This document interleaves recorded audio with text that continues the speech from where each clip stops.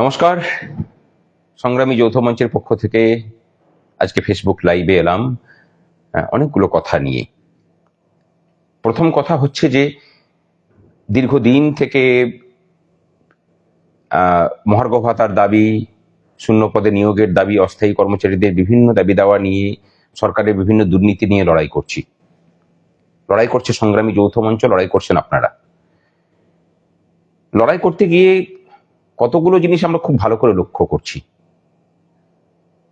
লড়াইটা যেমন সরকারের সাথে, সরকারের প্রতিষ্ঠান এবং শাসক দলের সাথেও, এই লড়াইটা আবার কর্মচারীদের একাংশের সাথেও,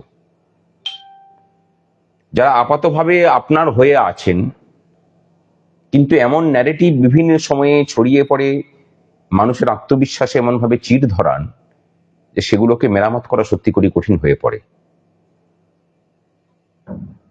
এত বেশি পা টেনে ধরার প্রতিযোগিতা চলে যে লড়াইটা তখন মাঝে মাঝে কনফিউজড হয়ে যায় আমরা, যে আমাদের প্রধান প্রতিপক্ষ সরকার নাকি কর্মচারীদেরই একটা অংশ, যারা আবার আপাতভাবে আমাদের মধ্যেই মিশে আছেন। সেটা আমরা যখন ইম্পির অ্যাপ্লিকেশন করলাম তখনও এই বিভ্রান্তি ছড়ানো হয়েছে যে আমাদের অ্যাপ্লিকেশন নাকি গৃহীত হয়নি। আলটিমেটলি যখন রায় এলো এবং সেই রায়ে যখন কর্মচারীদের পক্ষের আইনজীবীদের নাম এলো, রায়ের কপিতেই এটা উল্লেখ আছে, তখন দেখা গেল যে ইমপ্লিডার হিসাবে যাদেরকে মানে তথাকথিত এই কর্মচারীদের মধ্যে থাকা আইন বিশেষজ্ঞরা, একটা কথা বলি যে এত আইন বিশেষজ্ঞকে দেখবেন মাঝে মাঝে মনে হয় যে আমরা এত টাকা দিয়ে কেন গোপাল সুব্রমণিয়ামজিকে নিলাম, এসব বিশেষজ্ঞদের দাঁড় করিয়ে দিলেই তো হতো, দিব্যি কিন্তু লড়াই করে বের করে নিয়ে আসতে পারতেন।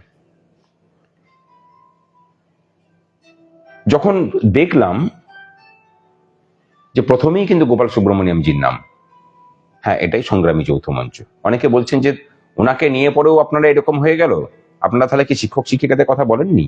আমাদের যে ইম্পিড অ্যাপ্লিকেশন ছিল সেখানেই আমরা প্রথমেই বলেছিলাম যে গভর্নমেন্ট সার্ভেন্ট যেমন আছেন, গভর্নমেন্ট এডেড সংস্থা, বিভিন্ন টিচার, নন টিচিং স্টাফ, তাদের সকলকে রিপ্রেজেন্ট করছি আমরা,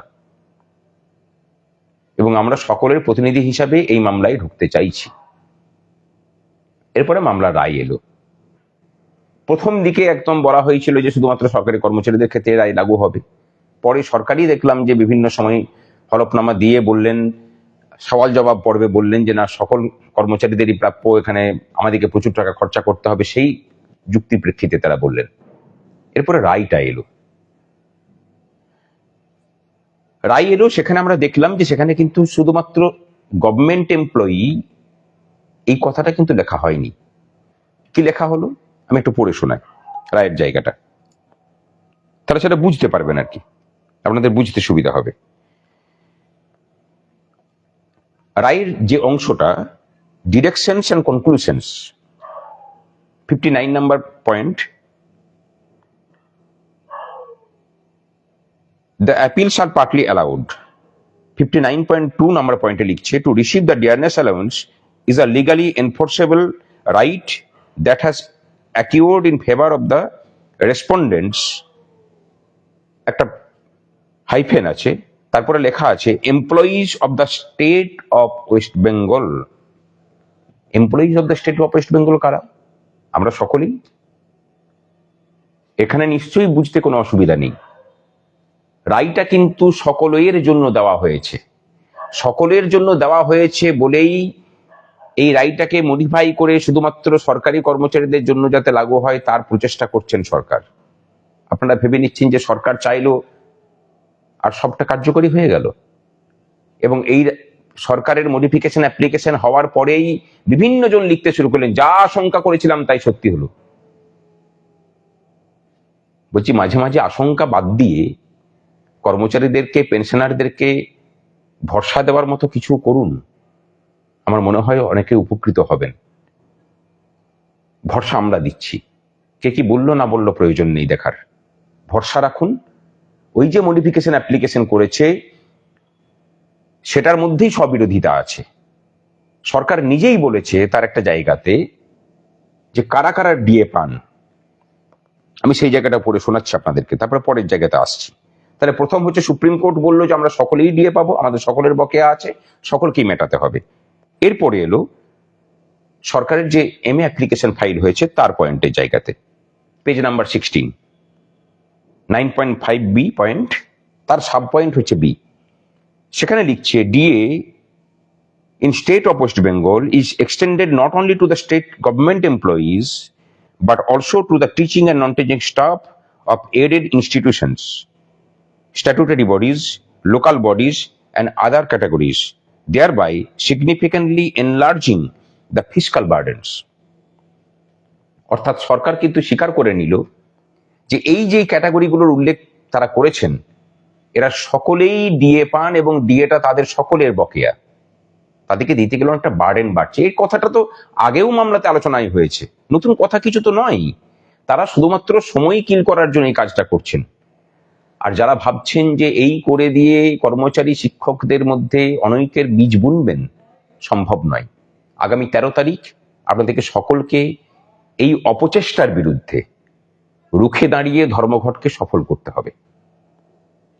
ভরসা দিচ্ছি আইনগতভাবে আমাদের আইনজীবীদের যে টিম আছে তাদের সাথে কথা হয়েছে, গোপাল সুব্রমণিয়ামজির সাথেও তার চেম্বারের সাথে কথা হয়েছে, এই পয়েন্টগুলো তাদের কাছ থেকেই উঠে আসা। আইনজীবী বিক্রম ব্যানার্জি আমাদের হয়ে এই কাজগুলো করছেন, সুতরাং ভরসা রাখুন। যে ভরসা দিয়ে তারা জিতিয়ে নিয়ে এসেছেন, সকলের জন্য অধিকার রক্ষার দায়িত্বটা যখন সংগ্রামী যৌথ মঞ্চ নিয়েছে, অত সহজে সেই ভরসাতে টোল খেতে কাউকে দেবে না। ভরসা রাখুন, পাশে থাকুন, আন্দোলনটাকে শক্ত করুন। আইনি লড়াইটা আমরা আদালত কক্ষের ভিতরে বুঝে নেব, অনেক কিছু বাকি আছে এখনো। কিন্তু একটা জিনিস আমাদের মনে হচ্ছে, এই সরকার গতকালকেও দেখেছেন রাষ্ট্রপতি যিনি সবকিছুর ঊর্ধ্বে, তাকেও পর্যন্ত অসম্মান করতে এই সরকার এবং এই মুখ্যমন্ত্রীর বিন্দুমাত্র বিবেকে যেমন বাঁধেনি, আইনের তোয়াক্কাতেও এরা আইনের তোয়াক্কা পর্যন্ত এরা করেনি। সুতরাং এই সরকার যদি থাকে, আপনার আমার কারুর অধিকার সুরক্ষিত থাকবে না।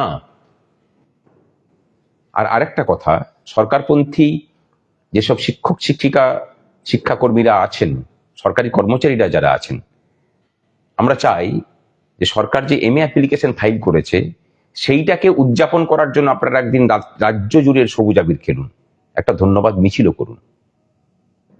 কি কবে সে মিছিলে ডাক দিচ্ছেন? আমরা বরং ফটোগ্রাফার পাঠিয়ে আপনাদের চিহ্নিতও করণের কাজও করব, যে এখনো এই রাজ্যে চূড়ান্ত কর্মচারী বিরোধী শক্তির সাথে এক শ্রেণীর কর্মচারী এখনো পর্যন্ত সাথ দিচ্ছেন। বাকি ব্যবস্থা তো পরে হবে। এতক্ষণ বললাম ভরসা রাখুন, রায়ের যেমন আপনাকে অধিকার দিয়েছে, মডিফিকেশন অ্যাপ্লিকেশন করে সরকার বিভেদ করতে চেয়েছেন, তার মানে এমনটা নয় যে সুপ্রিম কোর্টও সরকারকে মান্যতা দিয়ে দিয়েছে। কিন্তু একটা অংশ থেকে এমন ভাবে ন্যারেটিভ তৈরি করা হচ্ছে যেন সরকারের মডিফিকেশন অ্যাপ্লিকেশন সুপ্রিম কোর্টে অ্যাকসেপ্টেড হওয়া শুধু নয়, সুপ্রিম কোর্ট বলেও দিল যে হ্যাঁ তুমি তাই করো। আমরা বরং বলছি যে ইন্দু মালহোত্রা কমিটিকে সরকার সুপ্রিম কোর্টের রায়ের বাইরে বেরিয়ে মিথ্যা তথ্য দিয়েছেন, তার বিরুদ্ধে কি করা যায় সেগুলো আমরা আমাদের আইনজীবীদের টিম দেখছে। আর ওখানে আইনি লড়াই, ওই মডিফিকেশন অ্যাপ্লিকেশন যখন উঠবে সেটাকে আইনিভাবে বুঝে নেওয়ার জন্য আমরা অলরেডি প্রস্তুতি শুরু করেছি। ভরসা রাখুন, দরকার হলে আরো বড় আইনজীবীদের টিম নামানো হবে, কিন্তু এই সরকারকে ছেড়ে দিয়ে 1 ইঞ্চি ময়দান ফাঁকাও করা হবে না। কিন্তু আরেকটা কথা, এখন থেকে প্রতিজ্ঞাবদ্ধ হন, ভোটের ময়দানে এই সরকারটাকে বুঝে নেওয়ার প্রতিজ্ঞা নিন। অনেক জ্বালাতন করেছেন, আর নয়, সরকারটাকে বুঝতে হবে। আগামী 13 তারিখ সকলে কোমর বেঁধে নামুন।